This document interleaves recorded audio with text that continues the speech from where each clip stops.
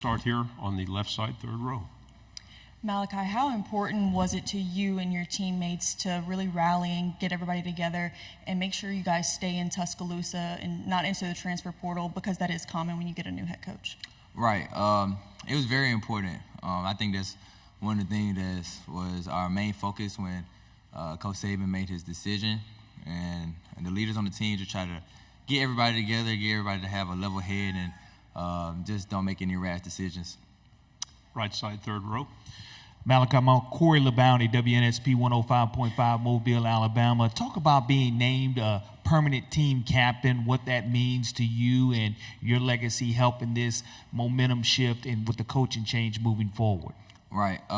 It definitely meant a lot. My teammates picked me to be a permanent captain at the end of the year, and it's something that I definitely have a high regard to. It's definitely a great honor to be appointed by your teammates, your brothers, somebody that you go to work with each and every day, and for just being yourself and them recognizing you and your leadership, it was a special moment.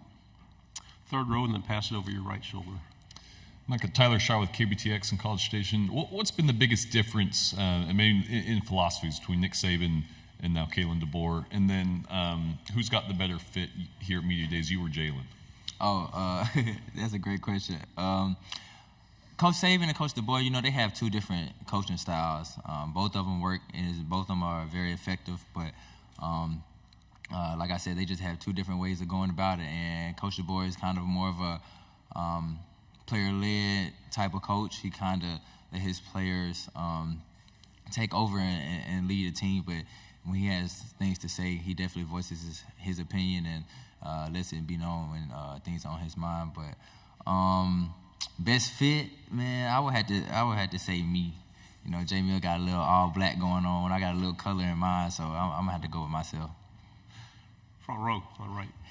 Eric Bailey with Tulsa World. As Oklahoma enters this conference, they understand that every Saturday, especially on the road, is going to be a dogfight.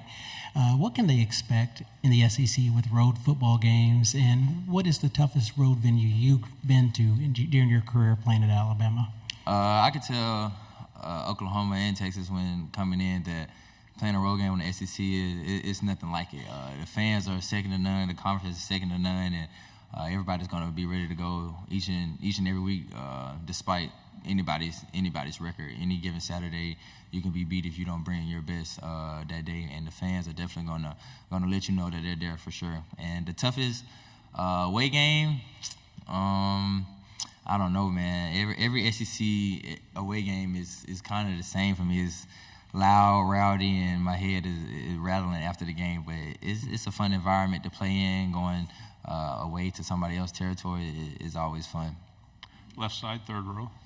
Hey, man, Ben Bobick, Local 3 News in Chattanooga. Amari Jefferson's a freshman from our area that came in this summer. From your point of view, how has he adjusted to college ball, and do you foresee him, being a contributor down the line for this team?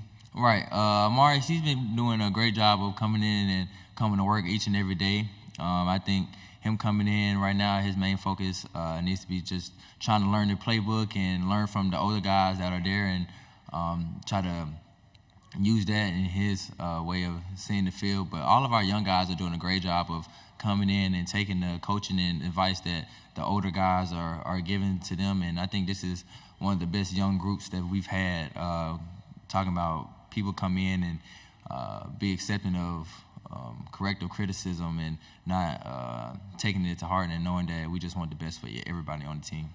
On the right in the back, on the aisle. Yeah, Malachi, kind of keeping up with that, Ryan Williams is someone your teammates really praised this week. Just what have you seen from him since he's got on campus this summer? Ryan, it's crazy to see how mature he is, and at such a young age. When you talk about a kid who skipped his senior year to come be a freshman in college, you don't see that every day. And when I seen him at practice for the first time, I seen why he did what he did. But he's definitely an electrifying player, and he's very smart and skilled at a very young age. He understands coverages, and it's just, like I said, just going back to his age, just to see how mature he is really wonderful. On the back, and then pass it up and to your left. Dan Peck, ESPN 106.7 in Auburn. Tyler said he never doubted the 2023 Iron Bowl for a second. I'd love to know your thoughts. You know, they're from the sideline watching that final drive as Alabama came back and won the game. You know, there's never any doubts. The last play of the game, when it was 4th and 31, we was kind of all in the huddle. Like, I just told everybody in the offense, like, anybody who had a chance to catch the ball, I was going to tell them that, like, bro, like, I believe in you. You can do it. Like, so if the ball get thrown your way, like, you can do it. But after I did that, went over to the sideline, and I turned around. I put my head down, put a towel over my head. I didn't want to see. And then all of a sudden, I hear cheering, and I'm like, it's not that loud, though. And I look up, and it's our fans cheering. I'm like, what happened? What happened? Like, Jay Mill just threw a touchdown. And I just started going crazy. But, yeah, that was a crazy time. Right side, second row. You've had a chance to play Texas 2 years in a row. I'm just curious, how do you think, just playing them 2 seasons in a row, how do you think their talent compares to the upper level of the teams in the SEC? Texas, they're a very talented team. I think Coach Sark has done a great job coming in and kind of bringing in a winning culture that wasn't there before, and the way he just took them in the first 2 years of being there. And see, last year they made it to the college football playoffs, and they're always a very talented team on defense, special teams, and offense, and it's great to have them in the SEC. 5 rows back on the aisle. Hey, Malachi, Olivia Whitmire with Channel 19 up in Huntsville. We talked with Tyler and Jalen as well about the end of the season and how you guys are using the Rose Bowl as motivation going into this year. As one of the leaders on this team, just kind of how are you reflecting on the way last season ended and using that going forward? Yeah, I think about the Michigan game almost every day, so to say. Even like fresh off a wake up, 6:30 lifts, it's the first thing on my mind coming to work every day. I think that's one of our main driving factors. Everybody that was here has that bad taste in our mouth that we didn't finish, and we were right there. And so that's definitely a determining factor of whenever we get tired or think about not doing a rep or something like that, we always remind everybody on the team, like, don't forget how that felt. Like, let's not lose sight of what happened last year and how we felt after that game. Left side, second row. Hey, Malachi, WFF 48 Cam here. Kind of a fun question for you. You know, the Olympics are at the end of this month. I'm curious, if you weren't playing football and you were going to the Olympics in Paris, which sport do you think that you would be playing? I got this question earlier. It's crazy, but I'm gonna say basketball, just because I feel like that's the closest thing I can be an Olympian to, if that makes sense. Final question here on the end. Ryan Hennessy, MEC 13 in Birmingham. We all hear stories about Coach Saban on the practice field. You guys have told it the past few years. You got any good ones at Kalen DeBoer so far in the short time here to tell the fans?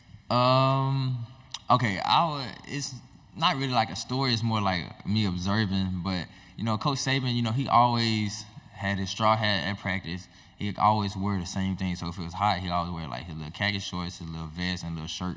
So you always kind of knew like who Coach Saban was based off his attire. But like Coach DeBoer, he has like a regular Alabama hat on, Alabama t-shirt, and some shorts. So like the first couple of practices, he'll just be standing by me. I'll be like, oh, that's Coach DeBoer, like that's the head coach right there. Like I didn't even know he was standing right there. But I think that's the biggest thing, just seeing him move around the field and not like Coach Saban just be on the defensive side. That was a big change for me. Great job. Thank you very much. Thank y'all.